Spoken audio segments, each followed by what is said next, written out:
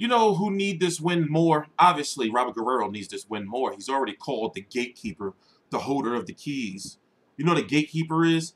Like just imagine it's like fucking medieval times, right?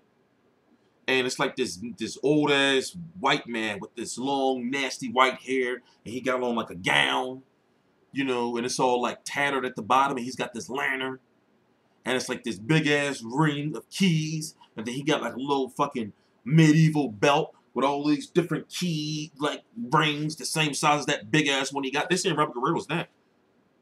They saying like he leads the way to some shit. It's like you beat Robert Guerrero, you go on to bigger shit. And it's been like that for quite some time. And even look at fucking poor, David Peralta. He beat Robert Guerrero, then went on to lose in his next fight. I'm Teacher Controversy. This is Teacher Controversy Live with FightView360.com. I cover every single major fight live. Please subscribe. So, this weekend, the main fight of the weekend. Okay, we have a nice, I counted them. I'm going to be doing videos on all of them. 8 fights this July the 15th.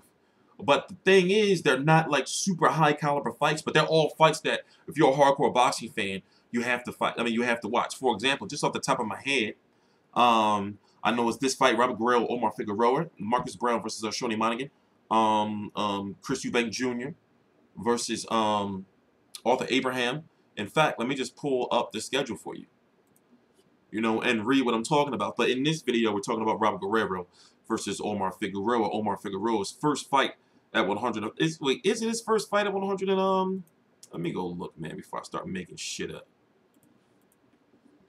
I know his last fight, he fought at 154 against Antonio DeMarco.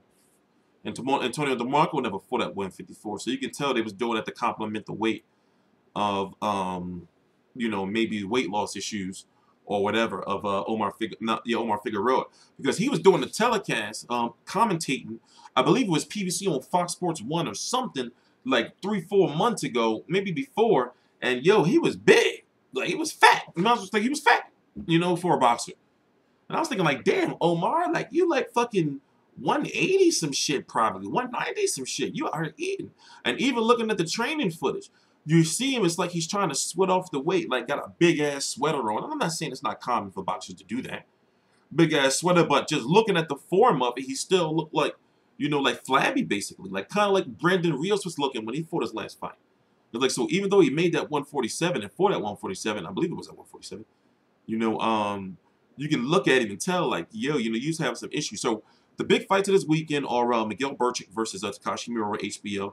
Jazriel Corrales versus the guy who beat Yurkis Gamboa, Robinson Castellanos, Joe Smith versus Sullivan Barrera, and that's on HBO. Then on PBC on Fox Deportes, and Fox Sports 1, Omar Figueroa versus Robert Guerrero, Marcus Browne versus Seanie Monaghan, Artur Spilka versus Adam Konaki. I'm interested in that fight.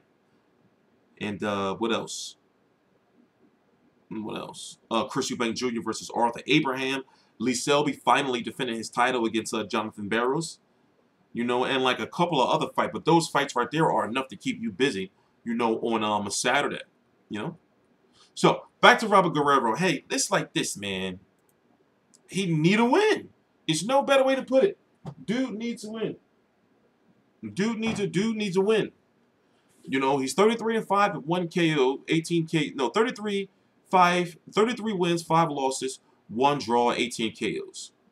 In his last 6 fights, he is 2-4 and could easily be 1-5 because he was knocked out cold on his feet against Aaron Martinez. And even so, that he did get the split decision win, a lot of people felt that he should have lost that fight. And I remember that was a midday card, if I'm correct.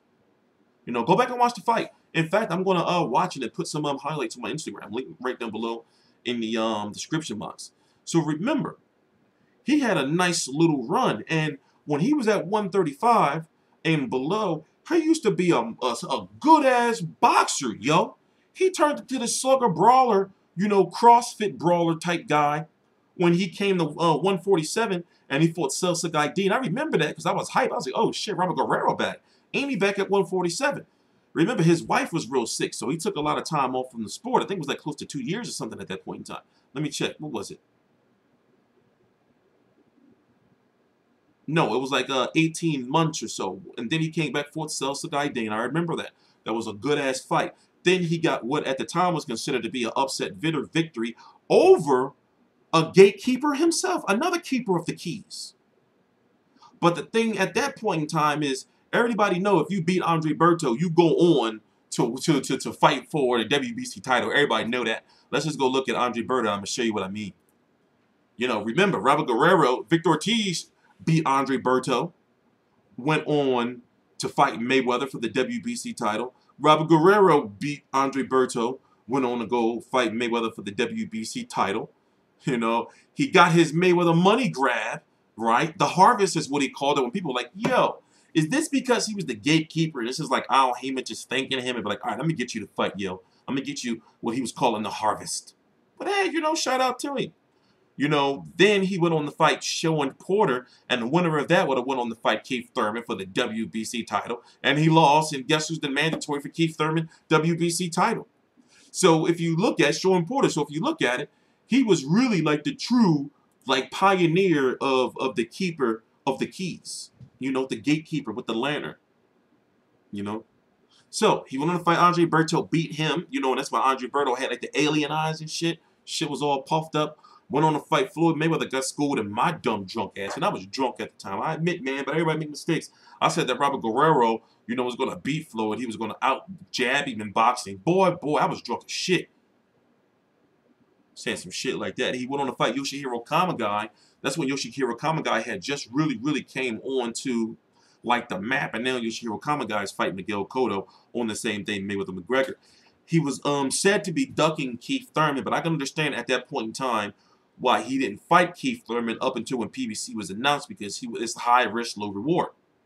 And he got paid for that fight for Keith Thurman, a very exciting fight, and then he lost. Went on to fight Aaron Martinez, as we talked about, you know, and that was a fight that I felt that, you know, he should have lost, or it should have been stopped. He was knocked out on his feet.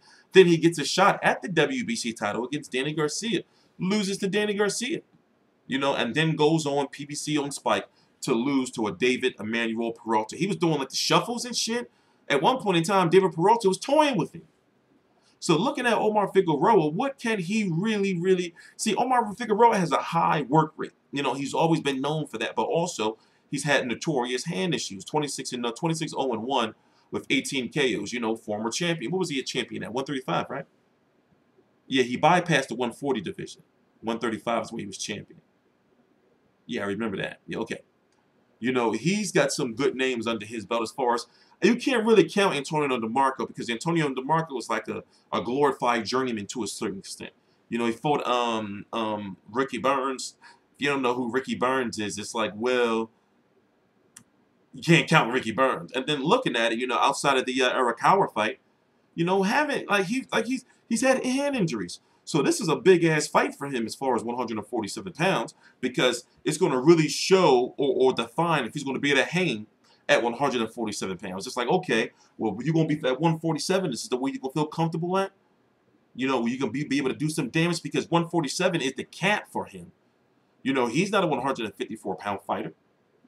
You know, so if this is one of those fights that if he loses to Robert Guerrero, then he's going to be on some shit, well, you know, I'm going to just go down to 140 and stay at 140, and, you know, start doing some work there. You know, because I don't see him going back down to 135 again. So it's a big fight for him, man. And when it comes to Robert Guerrero got to win.